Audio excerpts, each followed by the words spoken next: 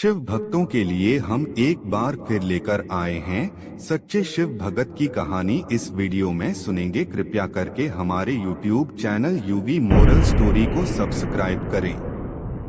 मोहनपुर गांव में शिवम एक चौकीदार था। वह रात भर गांव की गलियों में लाठी लेकर आवाज लगाता घूमता था। इसके चलते गांव वाले चैन की नींद सोते थे। वह रात को अपना खाना लेकर निकलता और शिवजी के मंदिर जाता था। रात के समय जब पुजारी जी मंदिर बंद करते तब वह अपने काम पर निकल जाता था।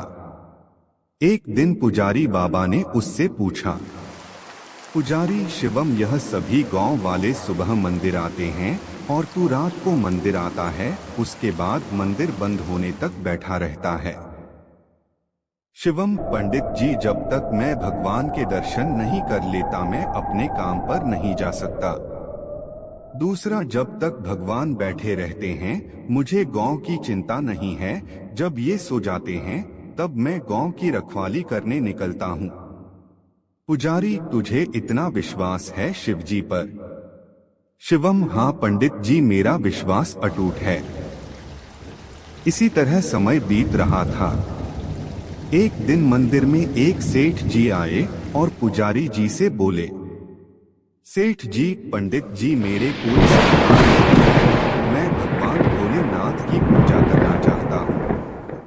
पंडित जी सेठ जी की पूजा करवा देते हैं। पंडित जी, भगवान ने चाहा तो तुम्हें अवश्य संतान की प्राप्ति होगी, लेकिन उसे लेकर मंदिर में दर्शन करने अवश्य आना। एक साल बाद सेठ जी के घर बेटा पैदा होता है। वे अपनी पत्नी व बच्चे के साथ मंदिर पहुंच जाते हैं। सेठ जी, पंडित जी, भोले बाबा ने मेरी पुकार सुन ली। यह सुनकर पंडित जी बहुत खुश होते हैं। उसके बाद सेठ जी कहते हैं, सेठ पंडित जी, मैं इस शिवलिंग की जगह सोने का शिवलिंग स्थापित करना चाहता हूँ। पंडित जी, यह आप क्या कह रहे हैं? सेठ जी, यह शिवलिंग बहुत पुराना है, हम इसे हटा नहीं सकते, और अगर आपने सोने का शिवलिंग स्थापित कर दिया तो इस खबर के फैलते ही शिवलिंग चोरी होने का खतरा बढ़ जाएगा। सेठ जी, लेकिन पंडित जी, मैंने निर्णय कर लिया है, आप कोई उपाय बताइए। पंडित जी, ठीक है, मैं गांव वालों से सलाह करके आपको बताऊंगा, आप 2 दिन बाद आइए। रात को पंडित जी शिवम से बात करते हैं। शिवम, पंडित जी आप चिंता न करें, भोलेनाथ पूरे संसार की रक्षा करते हैं, क्या अपने शिवलिंग की रक्षा नहीं कर पाएंगे? आप एक काम कीजिए, सेठ जी से कहिए इस शिवलिंग को ही सोने से मढ़वा दें, इससे यह शिवलिंग सोने का दिखने लगेगा और इसे हटाना भी नहीं पड़ेगा। पंडित जी, लेकिन चोरों की नजर में तो यह सोने का शिवलिंग होगा, उन्हें थोड़ी पता होगा कि यह पत्थर का है। शिवम, आप उसकी चिंता मत कीजिए, सब भोलेनाथ पर छोड़ दीजिए। पंडित जी अगले दिन सेठ जी को सब बता देते हैं। सेठ जी शिवलिंग पर सोना लगाने का काम शुरू करवा देते हैं। 1 महीने में शिवलिंग सोने का दिखने लगता है। एक दिन पंडित जी शिवम को बुलाते हैं। पंडित जी, शिवम, तुम्हारी बात मानकर मैंने सेठ जी से शिवलिंग पर सोना तो मढ़वा दिया, लेकिन रात में इसकी रखवाली तुम्हारे जिम्मे है। शिवम, पंडित जी, वैसे तो मेरे रहते पूरे गांव में चोरी नहीं हो सकती, लेकिन फिर भी मैं मंदिर का विशेष ध्यान रखूंगा। एक दिन रात को शिवम मंदिर के पास से गुजर रहा था तो उसने देखा मंदिर के द्वार खुले हैं और एक आदमी शिवलिंग के पास कंबल ओढ़कर बैठा है। शिवम उसके पास पहुंचा। शिवम, तू कौन है और मंदिर का द्वार कैसे खोला? चोर है क्या तू?